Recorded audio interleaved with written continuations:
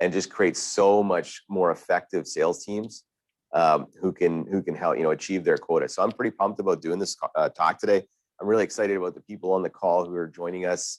I know there's going to be a lot of interesting ideas. Hopefully you can implement in your world or think about in terms of your strategic planning for your sales team and your revenue growth as you move forward. So pretty excited about this. I love it. And Chad, we see the same thing. I think we're on a cusp of a big change that's happening in sales organizations right now, regardless if you're a B2B sales or B2C sales. I love what you said about technology, kind of integration into their process. This is what we have been seeing over almost the last 4 or 5 years. And I'll be very honest with you, when COVID hit last year, it forced all of us to think differently. And sometimes let go of old style of doing things. So well, they say never waste a good crisis, right? I mean, COVID was the crisis. It really propelled, I think, a lot of re-looking at processes and why we do what we do, and how do we use these tools to be effective. And the pushback I always see on sales teams is, Chad, I'm a belly to belly salesperson. I need to get in the room. I need to get across the table. That's how I sell. Well, you know what? If you look at the next generation of customers, they're on their smartphone more than ever. And my children have grown up in an era where all they know is that. And so to say that I'm going to do my sales and that's how I'm going to start my sales and that's what I'm going to do, you're going to miss out on the vast majority of buyers. And let's be honest, in the workforce right now, millennials make the biggest group. So you're missing on all these people who may not want to interact that way to start. Now, I think all of us as human beings want to eventually see people and talk to people, but that's not now where we start, right? And if we're going to be a dinosaur in sales and hang on to what I call our fax machines or stuff like that. I mean, do you? I have a fax number still. I don't know why, but I don't think I've got a fax in 6 years. But that's old technology and that's old thinking. And I think COVID's really ramped up. I know in our world, we've done a lot of training just around social selling and interaction. And to me, these tools that we're going to talk about today and kind of that whole process is imperative. If you're not on this train, you're going to be really screwed. I love it. Somebody, what's a fax machine? I love that. Oh, what is a fax machine? It's true, right? If you can make the sound of a fax coming in, because that used to mean money for a salesperson, even better, right? It's almost like talking about the telegraph. But technology is changing, and sales teams. I have clients who I would say do over 100 million in sales who are still debating the value of a CRM, and that blows my mind that that's the case. But it's out there. It's crazy. Anyway, we're after 11 now. We're just I'm on my soapbox, but. That's awesome. I love the energy, Chad, and I'm really looking forward to this, especially doing this with you. Chad, I know your experience. You've been working with a lot of organizations and kind of coaching and sales training. So definitely, I think this will be kind of viewpoints that are being integrated together, so that then hopefully for all the audience today, we're building an agile sales team that can be prepared for the future. Yeah. Because we know that the future might not be the past enhanced; it can be completely different. So I think, yeah. I mean, and we know tech. You just think about how I just think back to when I went to university, and that's like feels like a lifetime ago. But compared to today, and how we can interact, and how we can learn, and how we can get information, and all the things we get, it's radically different. And what will it be 20 years from now? So if you're not changing and you're not taking advantage of the technology that's out there today and applying it to your sales team, oof. You are ripe for either getting beaten by your competitor who is, all right, they are going to come take you, they're going to eat your lunch and you won't even see it coming, and you will shock you. So we don't want to be there. We want to create awareness. That's what today's goal is. So I don't know, Sahir, are we ready to kick off? Yes, sir, we are. Let's kick it off. Before we start, I just want to again welcome everybody here. We have a lot of people from different organizations, by the way, Chad, just to let you know. We have people from technology, IT, manufacturing, construction, and everybody's coming from a different perspective. So definitely we want to add value there. Chad, the floor is all yours, and let's get going. Before we start, please, team, this is an interactive session. we want you to challenge me and Chad on what we're going to share with you today. This is not death by PowerPoint. Please use the Q&A and the chat panel if you have questions for us. If Chad is presenting, I'll make sure to monitor the Q&A. If I'm presenting, Chad will also kind of monitoring that. Awesome. Chad, well, let's start. Let's get to the introductions, right? Let's get our smiling faces on the screen. Who are we? Why do we have any authority in this space? So I own Sandler Training here in Edmonton, Alberta. Sandler is one of the largest training organizations worldwide. I was a client before I bought in, and we've been helping clients for the last 10 years achieve their sales goal. So here, Flawless Inbound, over to you.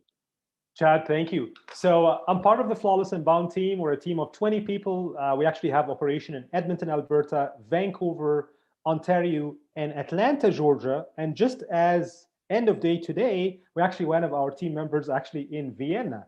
So we can say we're kind of almost becoming global. We had the privilege of actually working with a lot of organizations in CRM implementation and CRM migration. And actually, I knew Chad from some time now in Edmonton. We are part of the Chamber of Commerce together. And Chad, I think also we connected a couple of times in the Tech Edmonton or Tech Canada as well, if I remember. And I love your style. So you thought, hey, let's do this. Let's figure out how we can help clients together. All right, let's get into it. So we just for start, guys, you'd see that me and Chad, I think we work with a lot of organizations, almost with Flawless Inbound, 150 actually projects right now of CRM implementation and CRM migration. So definitely we're looking forward to kind of sharing with you what me and Chad have learned working with organizations like this. If you're a $3 million to a $200 million, that's kind of the sweet spot of organizations that we have worked with, either B2B, B2C, technology, and manufacturing companies.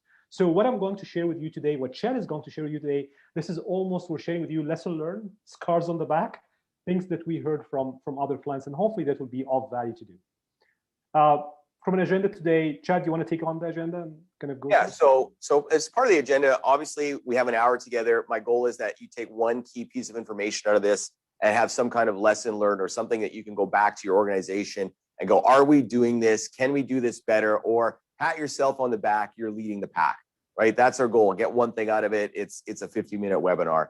Obviously, you know, the reason we're doing this, neither me or Sahir feeds her family for free, right? The goal with all of this is to provide value to you. And then, of course, at the end of the meeting, really, we're looking to see if anyone on this call wants to interact with us.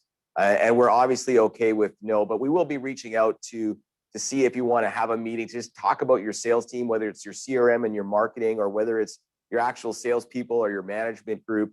If there's any value that we can help you with and kind of dig a little deeper into your own space. So that's kind of the purpose of today. We're going to talk about, you know, the two concepts of marketing and sales.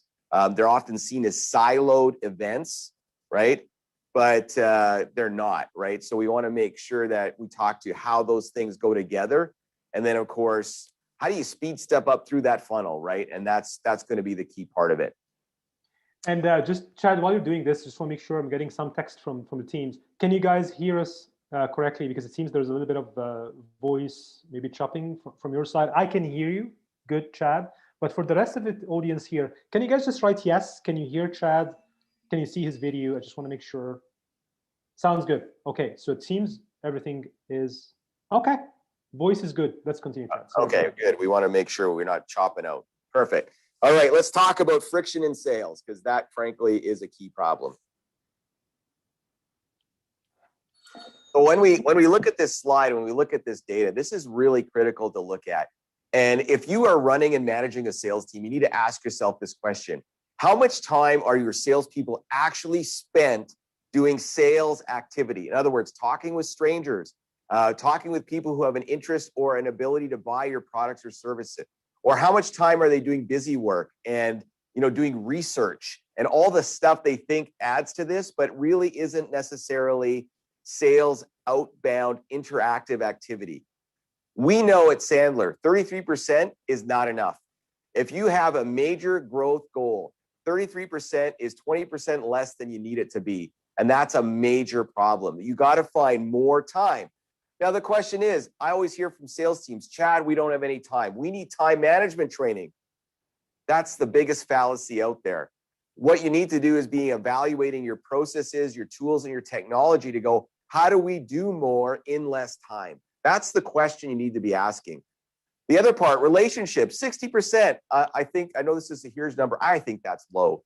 I think 80% of people, if you got a telemarketing call, if you got a cold email, how many of you are actually interacting with that and think, I should talk to this person when they say, hey, have I got a deal for you? Or I'm gonna grow your business 10 times. I think we need to be skeptical because relationships by the nature of salespeople are already distrustful because of all the used car salespeople. So hopefully nobody's from the used car industry here, but that's created that feeling of I don't trust you because you're always trying to manipulate me.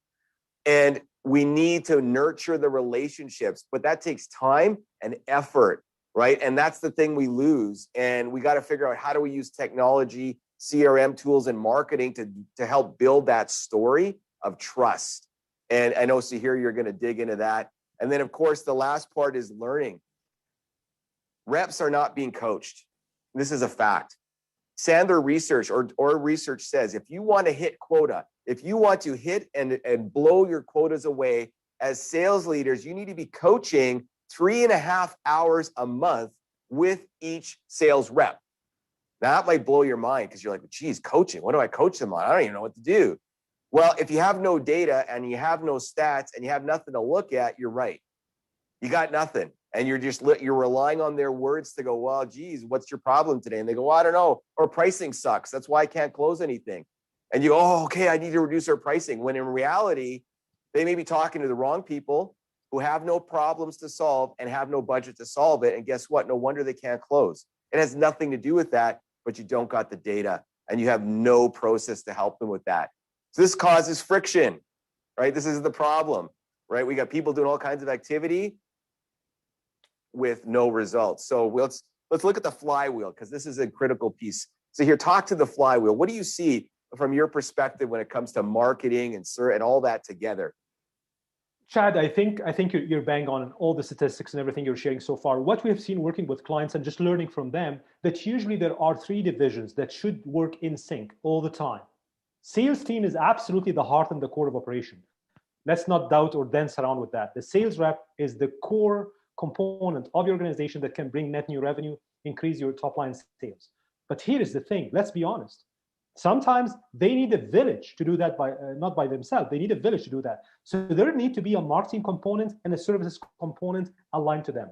So the concept of flywheel, to be honest with you, it's not new. Jim Collins, who wrote Good to Great, he actually wrote a book before that speaks about the flywheel business model. How can we build a process in the organization where sales, marketing, and services are always in integration, in sync, in collaboration, where your mission as a sales leader to add force, and when I say force here, Chad, by the way, I mean positive force, to be able that they can collaborate together, not negative force. And at the same time, hopefully when I'm doing this as a sales leader, I'm actually reducing friction. Is there anything that I can cut off the sales reps so that they can do what they do best and tell the story? Is there anything that I can do to integrate marketing to sales so that marketing is not a waste of spending of money and they're not pointing fingers at each other? Is there something that I can do in my process where if I'm a sales rep following up on a customer, I need to make sure first, is this customer happy with our services or not? Because I don't want more friction for my sales team. So in general, for the team today, think about the flywheel as a suggested blueprint to have the 3 division in sync and working together. Yeah, it takes a village to create sales growth. It's never one part of it. And I think the other key parts here that's radically changed is how we market, right? When you talk about lead generation, what does that really look like? And that next slide that you got, I think, really illustrates where the marketing function has gone and because of technology and our ability to understand how buyers' journeys are happening and being able to make really good decisions on activity based on that, you got this new funnel, right? And it's amazing to me. And just share with us, what have you seen out there with this flip funnel approach, and what does it really mean for companies? So we have been, again, working with an organization for the last 7 years. We have seen that traditional digital marketing doesn't work anymore, Chad. So if you're relying on somebody to write blogs for you, do social media, increase your following on LinkedIn and Twitter and stuff like that, I'll be very transparent and very honest with you. this playbooks does not work anymore, especially during COVID, and especially even for complex sales, B2B sales, and bigger sales items. So what we're suggesting is a model called ABM, account-based marketing. Not new for experienced sales leader, Chad, because you have something called account-based selling. So now actually what the marketing playbook is doing is following this new sales process that's called account-based selling. We define it as account-based marketing. What we do is we want to, as a marketeer, I want to help your sales team by focusing on the big 10 or the big 100 must-win accounts. But then the way how I market to them is I just reverse engineer. I slow down to speed up. We understand what's the ideal customer profile, what kind of the key message that they care about, not us, our clients care about. And then as soon as we flip that funnel and build the process that we're going to share with you today, this is now where we can then feed back to the whole flywheel end to end. But the critical and I think targeted, when I talk about prospecting with teams, right? We get asked, hey, Chad, we need help with prospecting. We need net new clients. And I hear guys saying, I think cold calling is dead, doesn't really work. And I would say, I would say cold calling randomly out of like the old phone book. Yeah, sure, that's dead. Because, if you don't understand the people you're calling, if you don't understand your best fit client, if you don't understand what motivates them to buy, if you don't understand their pain points, and you're not marketing isn't supporting that language, you're done, right? You're going to spend a lot of energy and effort. And so the tools are out there to be the flip funnel. They weren't before. 20 years ago, you couldn't do this. You had to buy radio spots, newspaper ads. That's the only way you got your brand out there. And then everybody invented the internet and going, oh, web pages. Oh, that should do it. Well, and now we got YouTube, we got TikTok, we got all these other things out there, and you need to be hyper focused. And that's how you cut through the noise, right? And you need some tools, right? So if we're going to do all this, what's the tools, right? We look at the must-haves and the nice-to-haves. And in our training, we talk a lot about this. LinkedIn, if you're in B2B sales and you haven't looked at how you leverage LinkedIn, you are missing out. That is a massive gap. CRMs, right? Obviously, we're a HubSpot fans, but there are others out there. If you don't have one and haven't implemented one, or you have implemented one, but you're not getting anything out of it, you need to go back and look at what's missing, because there's gaps. And I know Sahir's going to get into that. Automation. Automation is your friend from a time-saving perspective. Salespeople are overwhelmed by having to send emails, and when do I do it, and how should I do it? The more you automate inside of that, the less thinking they have to do. I call it Steve Jobsing it. Steve Jobs used to wear a black turtleneck and jeans. Why? So he didn't have to think about what to wear, because he wanted to save his mental space for creativity, not what do I wear today. And that's the problem we have with salespeople. Don't get that. You look at the nice to haves, video engine, Zoom info. These are all lead generation, so that you get specific leads to call on. Things like Vidyard, video inside of email. Don't be beige. Oh my God, too many salespeople send emails. And if you ask yourself, how many emails do you get every day? Do you actually look at them? What if you got a video email? So these are all tools. And I know you've helped us here. You've helped companies implement this kind of stuff to have an actual impact and get their messaging out, so they get real conversations, right? That's where you're at the top end of the funnel with a lot of this stuff.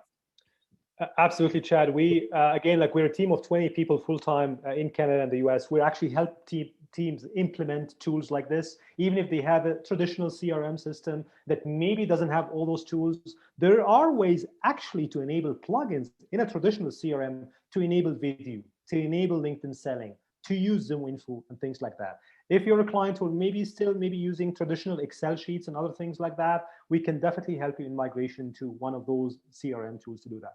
But back to Chat, to what you're saying, it's very critical to your sales rep need to do what they do best. Tell the story right in the right time. So try as much as you can to automate with those tools. But of course, automation by itself can be a death sentence. You need to personalize while you're doing automation so that it can be meaningful to your prospect as well. Right. Yeah. Boilerplate stuff that has no connection to the people isn't valuable. Don't get us wrong there. So do an audit on your team, do an audit on do you have these tools? Does your team know how to use these tools? Are they being used inside your company? Do a little self-audit, scale of 1 to 10. 10 would be you guys have all this stuff. 1 would be you've never even heard of some of this stuff. because that might be a gap that you need to close. Now, once you identify the tool, you got to learn how to use the tool, right? So you got to learn how to use that. And there's a process to creating a hyper personalized experience. And I know this slide might be intimidating for some of you, but it's really important that you listen to Sahir, because we kind of got the beginning and the end, but we missed the middle. And there's some really critical things that I think you need to pick up and then ask yourself, are we doing any of this? And if we're not, what should we start with? Because that's where some of these gaps are. Chad, what we've seen is there's something called the buyer journey. As a VP of sales or a sales leader, you need to get in that too, because that's kind of the new way of how you can enable your sales team, who maybe 60% of your sales force now are actually working from home, or they need to start learning how to do selling through distance. Maybe that will be the future of our sales organizations moving forward. So what we have seen is that all organizations on the planet, they have an awesome website. Maybe they do some ads, some Google engine, write blogs, and they have maybe a sales process that they're doing. What they're missing, Chad, is those 5 pillars. Right. They have an awesome website. They do some SEO. They have a good sales process in place. They have a good sales team. They're trying to do the right thing. And then they get a consultant to do a website, do optimization, and then pointing fingers start. Does the marketing team do the right thing for me? Do I have everything in place? We all know that in the beginning, 60 to 70% of your sales process start even before you or your sales rep know that there's somebody looking for your service. Yeah. So now, I just want to say what's really critical. You talked about finger pointing, right? How many of you on this call have heard, those, marketing is giving us crappy leads. None of them are ready to buy. They suck, right? I can't believe I'm wasting my time. If that's ever happened inside your organization, you need to pay. Are these other 5 steps happening? And sorry, I didn't mean to cut you off, but really critical. Yeah, so absolutely. And then, so the first thing you should up is, now, do I have industry pillar pages that actually can address the pain point of my prospect? I'll be very transparent, very blunt, and very honest. Nobody cares about you. Nobody cares about how awesome you are. Right.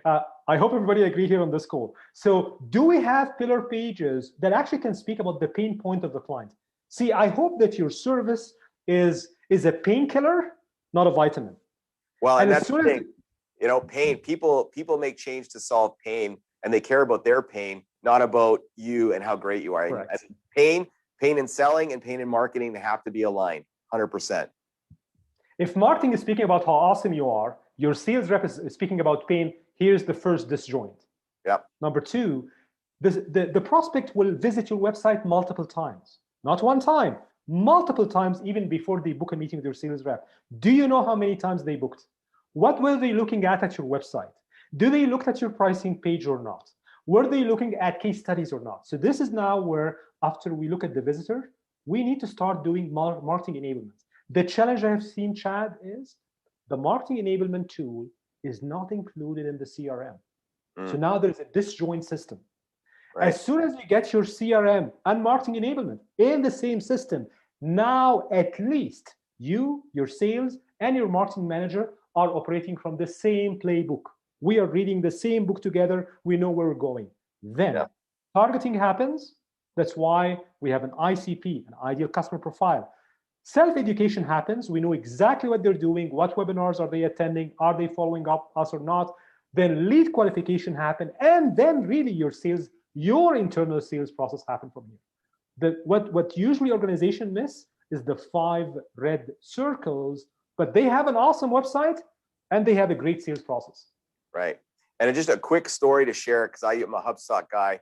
And so we use a HubSpot for marketing automation. And we knew that when we send out our e-blast or email a newsletter about things that are happening, I knew that I had 49 people who said, they clicked on my page and they read it. They read that email. So all I did, I spent 20 minutes on a Friday afternoon and retargeted them with hey, I'm not sure if you're interested in using the grant. Lots of our clients do to help develop their team in sales training. Guess what? Out of that little 20-minute activity, I got 3 booked meetings with ideal client profiles. That's how it works. That's how you get traction and speed. Because my goal, and I told Sahir this, is to be the laziest salesperson on earth.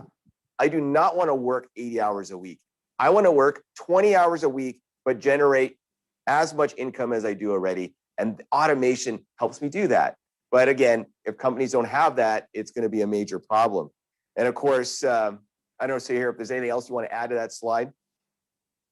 No, I think we're good there. Here's what happens is we get into this quota problem. Sales teams are missing quota. Your team might be missing quota. The goal, and when you look around you, COVID's been weird. COVID has let some companies exceed quota dramatically, and other companies miss quota dramatically because of events that have happened outside of their control. So the goal, anytime we're measuring, is we want to make sure that we are actually outperforming the market.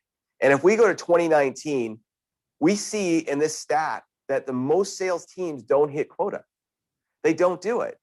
And why, right? Well, if I like to use a kind of an ancient like World War I analogy, right? When we think about the way we used to fight battles, like and we used to have teams of all these, we'd take all these men and we put them and we all try to achieve an objective. And we didn't really train them. Like we just kind of said, well, if we lose some people, we do. But now it's transition, right? So now if we look at how people do battle, they have highly technically trained people who have to go in and achieve an objective, right? But they got all the tools and equipment they need to do that so that they don't lose people, right? So we don't have all these mass casualty events.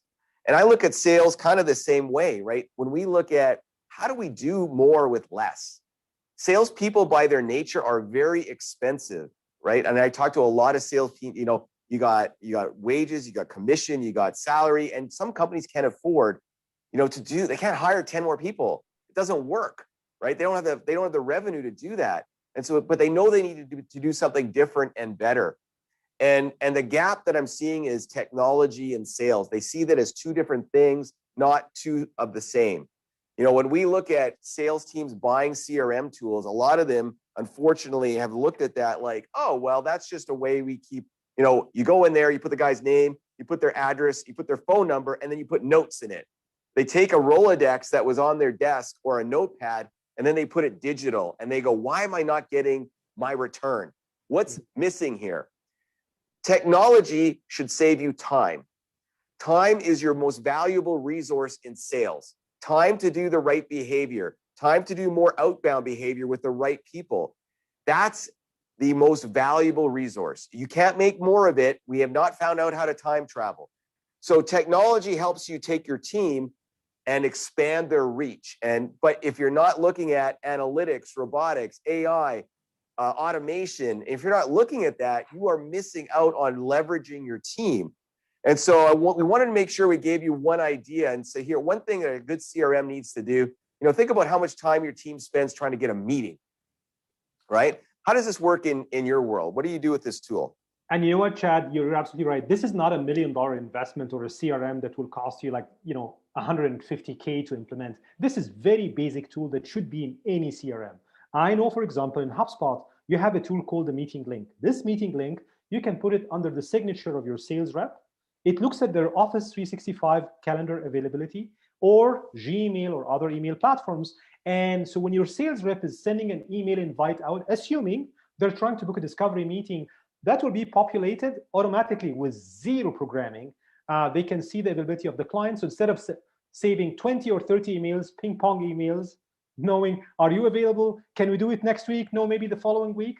Your prospect can pick the right time that can speak with your sales rep. Not only that, Chad, we can actually program this meeting link because maybe there is technical selling that needs to happen. So maybe you need a pre-sales engineer or a mechanical engineer to be with you in a sales process. You can actually do a group calendar invite. Now, as soon as they click on this link, automatically, the HubSpot tool can bridge in a Zoom link, if it's a virtual, or Microsoft Team link, or webinar team link, so we can automate this whole process. That's minimum an hour a day taken off the process of the sales rep. And we know there's zero value spent. Hey, are you available? And then I got to go talk to my sales, like the engineer. Hey, are you available? No, you're not available. Oh, crap. Now I got to go talk to this guy. Are you available? And think of that. Just think of that process. And every good CRM should have this functionality. So if you're using a CRM tool, go find it. It's in there if you're not doing this. If you don't have one, this alone, I guarantee you, will save your sales reps at least an hour a week in trying to figure out meeting times, which has no value in the sales process. Absolutely none. Chad, just want to add something else. We know that the sales process sometimes take a long time. It can be a 3 months, 6 months, a year, or it can be a multi-year journey, especially if now you're hunting $1 million contract or more, or maybe you're starting to sell a maintenance contract for 5 years. Mm-hmm. Maybe you're a SaaS-based organization who have a longer lifetime value. So it's very important as a sales leader working with a tool like HubSpot or a CRM to understand what we define as the buyer journey: awareness, consideration, decision, and purchase power, to be able to make sure that you're automating and personalizing each step of the way. So now instead of having 33% focus from your sales rep, it will be 60 or 70% doing what they do best, telling the story. And then the rest is happening in the back end automatically. Yeah, understanding your buyer's journey is so critical, especially to developing a sales strategy that mixes sales and marketing. Like I said, they're two of the same cloth. They have slightly different functions. And then on the next slides here, we got some data around that. So when we look at the ability to mix the two groups together and not treat them as silos, most people, again, are in the sometimes, or below category. It's not great, right? They're not really looking at it as a combined thing. And we know that everybody on this call is looking for growth, right? You're looking to develop and get to that next level. And we got to have business development. We got to figure out what that means in our world. And when we look at some of the ways we do that, right? I mean, there's like referrals. So there we see like referrals most effective. 32% of people say referrals are most effective. Okay, great. What's your referral strategy? How are you using technology to help you with that? So what do most salespeople do? Oh, well, if I get one, I get one, right? That's their referral strategy. So number one, they need to be trained on how to ask for a referral. But what if we saw the flywheel at the beginning and we had customer service and we had ways of tracking that kind of data around their engagement with us as an organization and how happy they are about what we're doing. What if we could target people who are ripe for that referral conversation? In other words, they've either given us a great review somewhere, they've done something, said something about us, and we know this because of our technology, and now they can be part of that process. What if we could do that? Cold calls. Well, look at that. That's pretty high. I was shocked. Most effective, 16.7%. Now, we already talked about that. What if we had cold calls or cold emails, and they're more warm than cold because we've understood their journey. We've understood what they've been looking at. We understood what they said, when they looked at our webpage, where do they spend time? So now when I get on the call, I can ask a better question. I can say, hey, Sally, sometimes when we're talking to people like you, we notice they're struggling with pain point. Well, how did I know that one? Because you were on the page and you spent 5 minutes looking at it and you go, whoa, that's unbelievable. And back to my story, my email, when I said, are you looking to use the government grant? A lot of our clients are using it to help do, sales training, Salesforce development. Don't know if you're interested. I got an email back from the owner who said, you must have been reading our mind. No, I knew that you were opening that email. I wasn't reading your mind. Now, you might find that creepy, but that's what technology does for us. So there's tons of ways that we need to do business development. And of course, all of that needs to be wrapped into the playbook, right? How do we play the game? So playbooks are so important. Again, we meet a lot of clients who don't have one. Nobody knows. Well, if we're going to go after government contracts and long, let's say 1 to 2 year sales process, what's our playbook for that? How do we find the people? Who do we talk to? What's our sales process? What are the steps? What's the marketing material that supports it? What's the case study? That's not laid out. And we expect the salesperson to figure that out. Some of you might be on the other side of the scale. You're in a one-call close. You got to find them, talk to them, do something with them in that call, and sell them. Right? You might be in a one-call close. Who's your ideal fit customer for that? What does that look like? What are the questions I should be asking? Right, based on their profile. What should I ask? What's the scripting? And guess what? We leave it to salespeople's own devices, and what do you get? A hodgepodge of success, right? Some do it well, some do poorly, but we can't predict, and we don't even know. And so we help implement a lot of sales books with companies, but then they put it in a document somewhere and nobody looks at it. Right. So when the person needs it in the moment, they don't got it. And then all the training we do isn't sticky because we teach them how to do, how do we start the meeting? What are the questions we should be asking? What are the pain points we need to grab? All that's really critical. We train people how to do it, and then they forget to do it because the playbook is nowhere to be found. So here, how do we build this in? So Chad, what we have seen is that in, for example, a tool like HubSpot, you can actually program the sales playbook, Chad, that you have been coaching all your clients with. We can take that playbook, digitally program it in the CRM. So if the team can see here in my slides, this is actually the inside of a CRM like HubSpot. We come in as a team, we program the playbook with exactly the script. Not only that, this playbook now can be automatically attached to a deal, to a client card in your CRM. Why this is beneficial? Because now as a sales leader, I can know I have 50 sales reps. How many of them are really following my playbook? I don't need to guess this anymore. So then if I'm spending 3.5 hours per sales rep on a monthly basis doing sales coaching, I'm not guessing, I'm not shooting in the dark. I know exactly that, for example, Jean used the playbook 50 times this month, but Max used it only 30 times this month.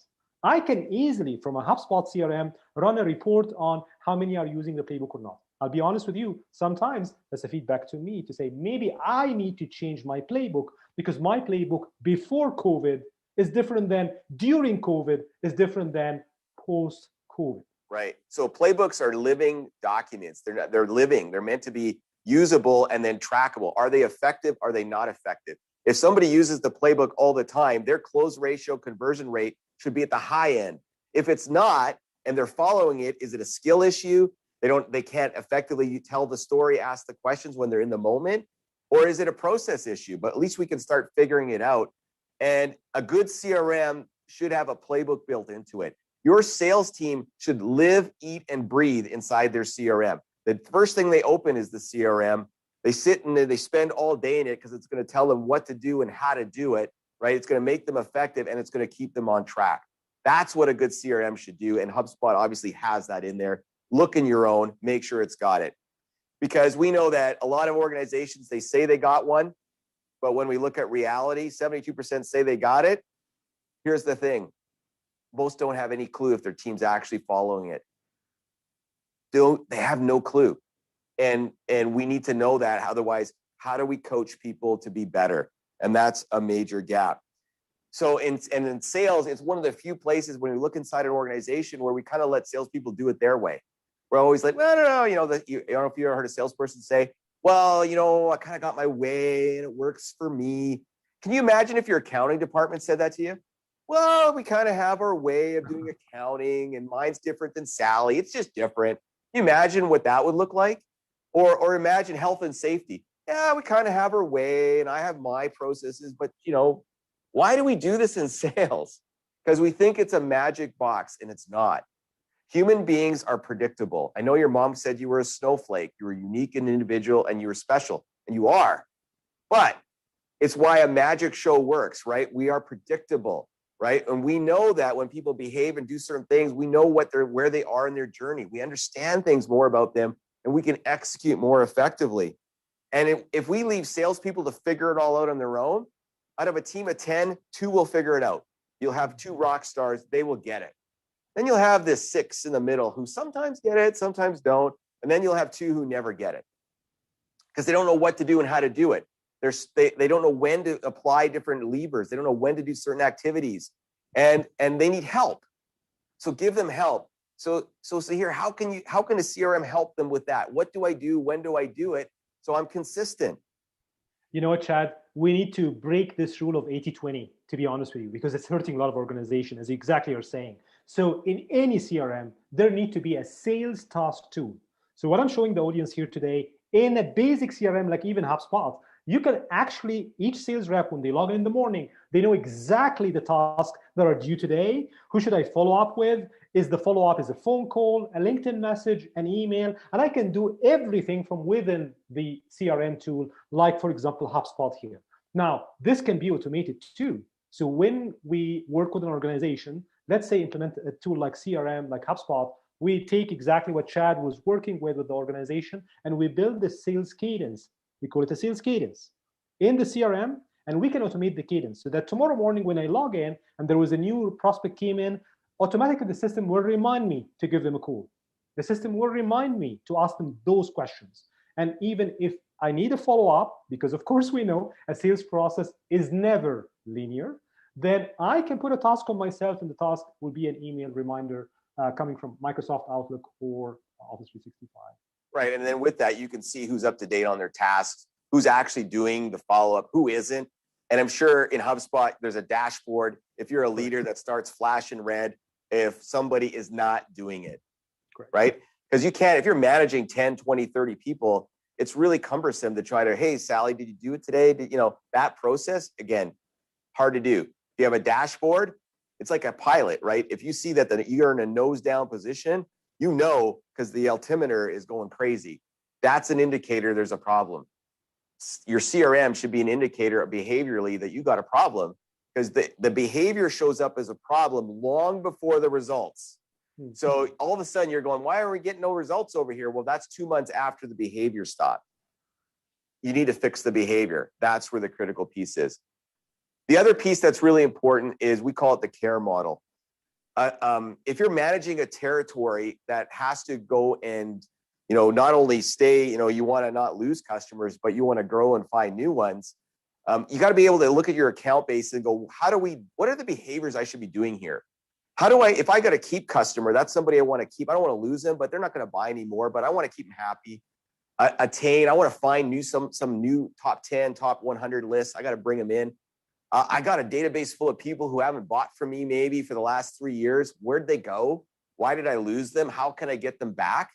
And then, of course, there's people I'm working with who only buy one thing and they could buy 4, right? And so looking at your database to be able to segment out and do the right things and help you do it effectively needs to be built into any good CRM. So let's just talk about the keep side.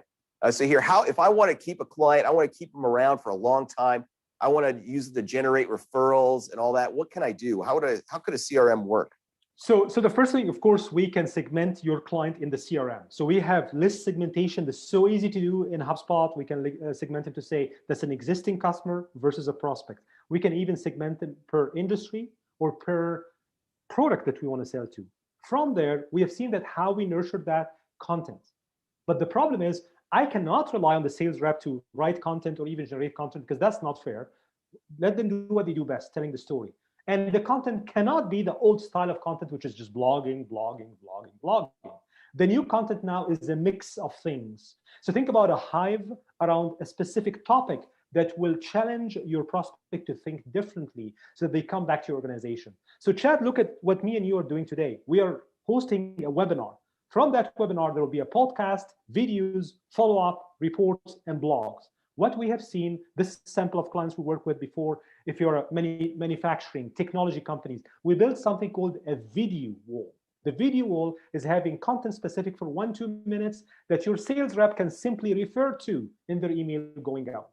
Or you can have specific video walls in your CRM that can be published on YouTube or published on your website. So video should be your new friend, and you need to figure it out. And by the way, again, this is not an expensive tool. It's a very cost-effective tool that can be added to your CRM. We're not asking your sales rep to be in front of cameras. This can be very generic videos, very authentic, that can actually tell the story better. Yeah, and just speaking about video, everybody's got a smartphone these days. We all can put it on and do a quick little video. It is not hard, but you got to be committed to the process. It's just another way of talking to your clients. And if you're on video and you're on YouTube, you're doing it. Your clients and prospects are too. And by giving them this content, you're reinforcing the relationship.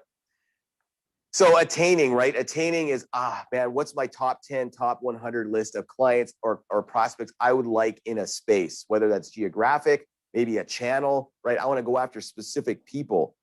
What's the cadence? How do I interact? And we know that big companies, like if you're going to chase a whale, you're going to chase a massive company like CN Rail, they're huge. Doing a cold call is likely not going to be very effective. You won't get that business.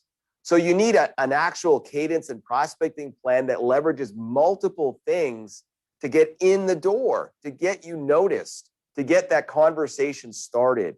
And a lot of salespeople lack the strategy to do it. They try one way, they do it one time, and then they give up. They're like, well, that didn't work. So what's our alternatives to here? What we've seen, Chad, is that you need at least 12 to 16 touch points. Not only that, you need to apply this for different persona in the same organization. We call it MultiSwim Lane. And the way to do that inside of HubSpot, we can build workflows and we can build parallel workflows where the sales rep, without doing anything, he can apply this workflow to those different decision makers within an organization. You can time the email to go out maybe on a weekly basis or a bi-weekly basis. It doesn't need to be a traditional email. It can be a video message for 1 minute that will invite them to a workshop or a webinar. And so really the sales rep at the end of the day, they're not the one writing the email. They don't even need to remember when was the last time I spoke to that prospect. When should I follow up? This machine can automate the whole thing. Any CRM should be able to do that. I'm just showing the team here a sample of doing it in the HubSpot CRM. If your CRM doesn't do that, we can come in and plug in the HubSpot as a tool on top of your CRM to be able to do that as well. Here's another sample where maybe workflows. I just got to say, workflows are your friend. Workflows, if you can, so then again, I don't have to think as a salesperson, what is my next step? What do I send them? What has to go out? How do I engage? That takes emotional energy. And unless you have a rock star, they'll do it. But 60, 70% of your sales team cannot do this effectively and consistently. So your CRM should do workflow. If you can't, you got to find a way to do it. Awesome. Chad, the other thing is we've seen is sometimes you need to relate case studies and relate to build video case studies. I'm not asking you to hire a videographer to do this. This is very basic. We use a tool called Vidyard. It's natively integrated with HubSpot CRM. If you even don't have HubSpot CRM, you can get this Vidyard tool and we can implement it for you. It's very easy to implement. We can digitize all your case studies. They can be video enabled. We attach it to the workflow you guys have seen in the previous slide, and that can be sent to your prospect as well. So imagine now all your case studies, your sales rep doesn't even need to explain or waste time. They will be video enabled and shared with your prospects. And then of course, if somebody interacts with that email through your CRM, like a HubSpot, you'll know it. You'll know they watched it. You'll know how much time. So now again, you can go back and prioritize the leads, right? You can say, oh, Sally's interacted with that 15 times. Bill has done it 0. Who should I call? Well, you're calling Sally, right? Because obviously that's way more engagement. And you can see that's what you're going to get here. You can know you're going to be able to prioritize your time based on the data. Actually, this was a client, national in Canada. They have group of sales rep in each region. We were able to measure per region were their video effective, what's the open rate and click-through rate in each and every region. And they were able to kind of quadruple their opportunity in their pipeline just by enabling video in their sales process. 100%. We talked about recapture, right? I got to go find you. I lost you. You haven't bought anything from me. Maybe because I didn't have something before and you want it now. I didn't have it 2 years ago, but I got it now, right? A product or a service. Sometimes that's why people left. Sometimes they left because someone else did a good job of taking the business. And then maybe they're not happy. Maybe they think, they're okay and they're open for change again. So, again, how do we recapture lost clients? What tools do we have? So Chad, think about McDonald's, right? You have a drive-through. So in the drive-through, really, think about kind of a McDonald's person. The client is already kind of checking them out. They're doing a drive-through, a quick order, just to test them before they get the big order, if you think about it this way. Yeah. So the good news is that actually you can do a drive-through in an organization. We call it a drive-through in digital marketing. So you can actually start building landing pages, a sample of a landing page here. You can ask the prospect specific detailed question, and that is actually called a pre-qualification question. You're filtering them. Are they the right client for my organization or not? So instead of having your sales rep waste their time on that, how about you do a drive-through in your digital marketing to do that? So we can easily build landing pages in the HubSpot CRM, because again, the HubSpot CRM is marketing and sales and a video engine. And we can then plug it to your website, and we can now recapture the lead by asking them more questions. Not only that, if you guys can see here, if they click here, this is a chatbot, and the chatbot can ask them very basic question to qualify them better, and we can do newsletters to tell them what's happening in our products and services. Yeah, and again, it gets back to the buyer's journey, right? Where are they at? Is it the right time to engage? And by letting your sales team know when and how people have interacted, their time spent engaging and using their sales skills are going to be far more effective, because they've already got somebody who has identified a problem, identified in something they want to change. And now when I engage with them, they're way more likely to go, tell me more. I want to find out how this could help me. Let's get into this funnel, right? Let's get into the top of our sales funnel and start that first discovery meeting. And that's the gap. Got a lot of sales teams, they struggle to get people into the top of the funnel, or they book meetings with people who really they're not ready to buy. They're not ready to book that meeting. And so as a sales leader, you're thinking, geez, we're great. We got the stuff happening at the top end, but we're wasting time doing demos on people who are never going to change, never have any real money to do it. We're dealing with the wrong person. And then you wonder why your funnel isn't predictable. It's because we don't understand where they're at. We don't understand who's engaging with us. So it's a big gap.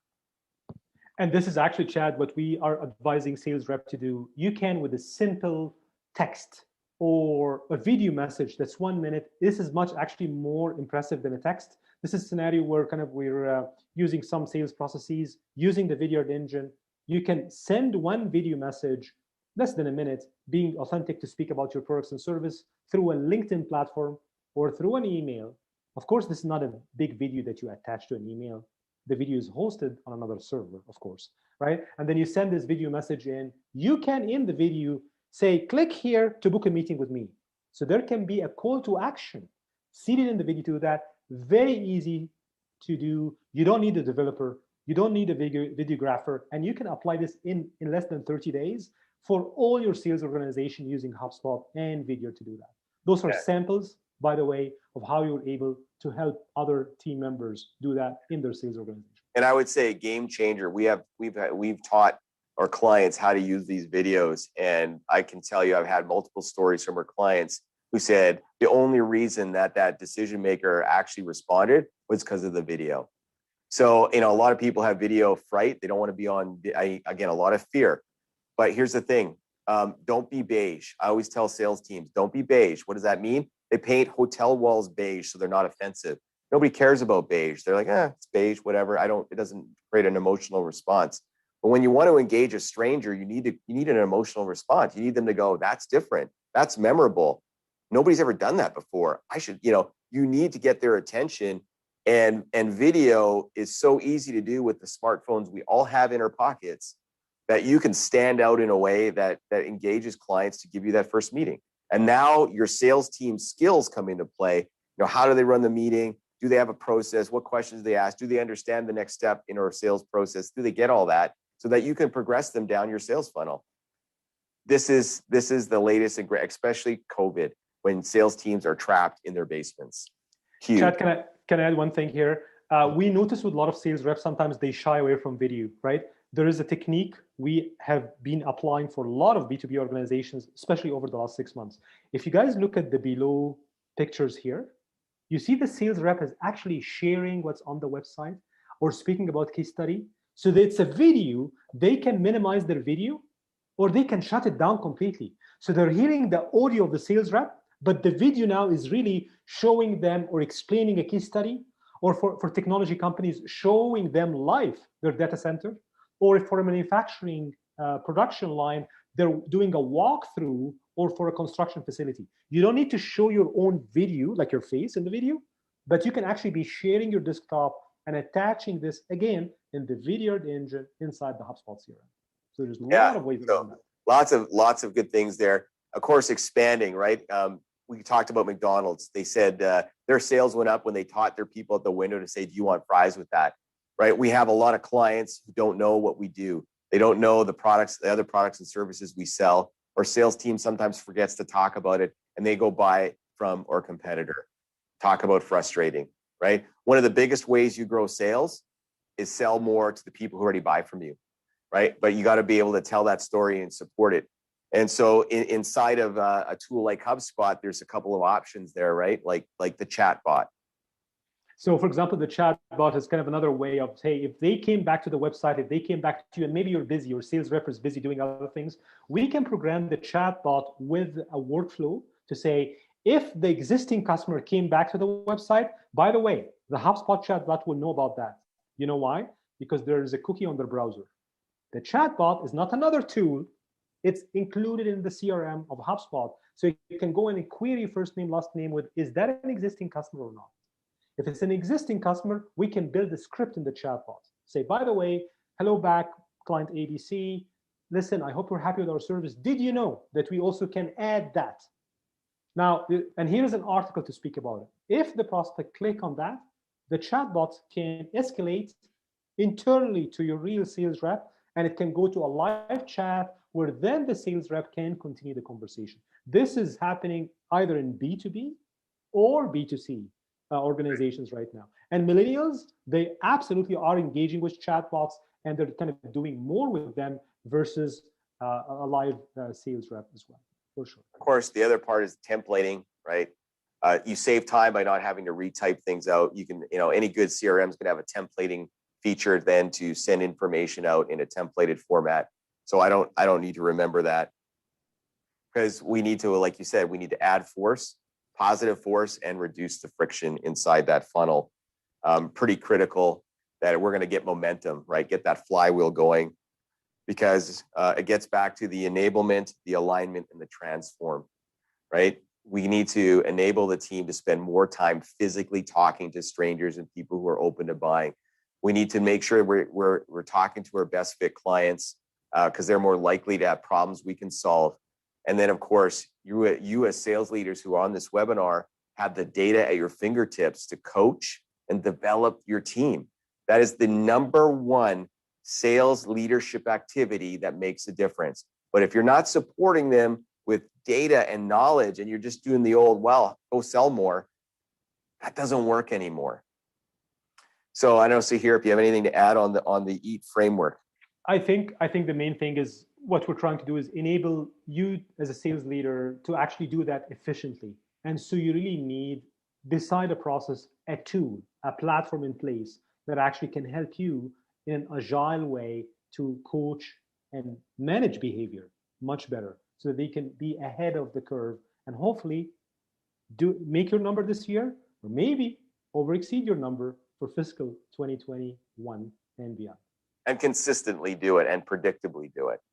So what's our call to action, right? Well, that we couldn't do this thing without we always believe we never take a think it over. Everything we do is about getting a decision. A no is a perfectly good decision. If you have heard nothing today that added any value, my apologies. It's been an hour out of your life that you won't get back.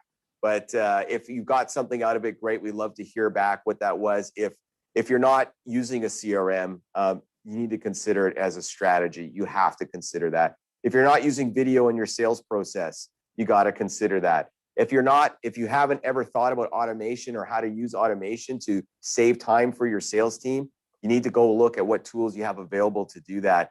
And lastly, if you're not coaching the team to the data, it's a crapshoot, right? Hopefully you have some rock stars. So we've run out of time today. I know we had said we'd give some time. If you do want to connect with us, by the way, there's our email addresses, phone numbers. Alternatively, we will be reaching out and asking those of you who participated on the call if you want to be open to a 90-minute interaction where we just dig into either your sales processes, your automation, or your skills and your coaching skills, those gaps. That's what we do. At the end of it, if there's no value, there's no value. We just move on. And at this point, if anyone has any questions or anything in the chat box or Q&A, we can answer it. Absolutely. Thank you so much, Chad, and thank you, team. Again, I'm monitoring the chat here. I think we almost covered some. There was some questions coming in. I think we covered all of it in the Q&A. Again, if there's any questions, we still have 2 minutes here. If there's any questions, please feel free. We're still staying here for a couple of minutes.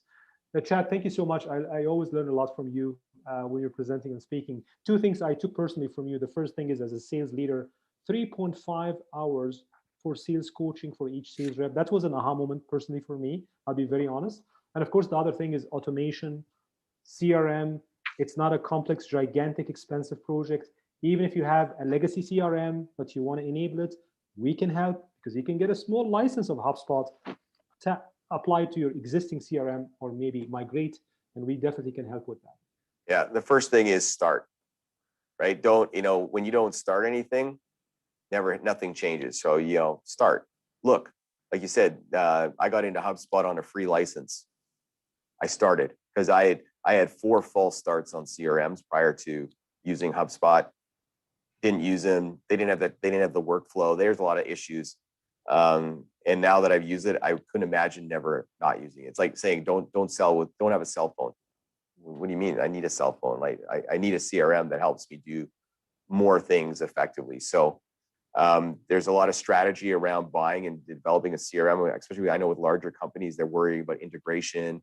There are those issues that I don't have, but again, there are things that I know Flawless has done a lot of. Awesome. Thank you, Chad. Thank you, team. Really appreciate all your time today. We'll be following up. If you have more questions, you now have Chad's email and you have my email as well. More than happy to help you guys. If we got a question here. We got a question here from Eric.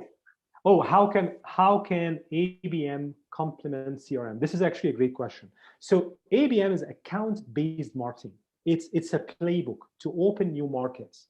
Now, we're hoping that you have a CRM that have ABM tools. Traditional CRM, we notice they don't have an ABM tool. So what is an ABM tool in a CRM?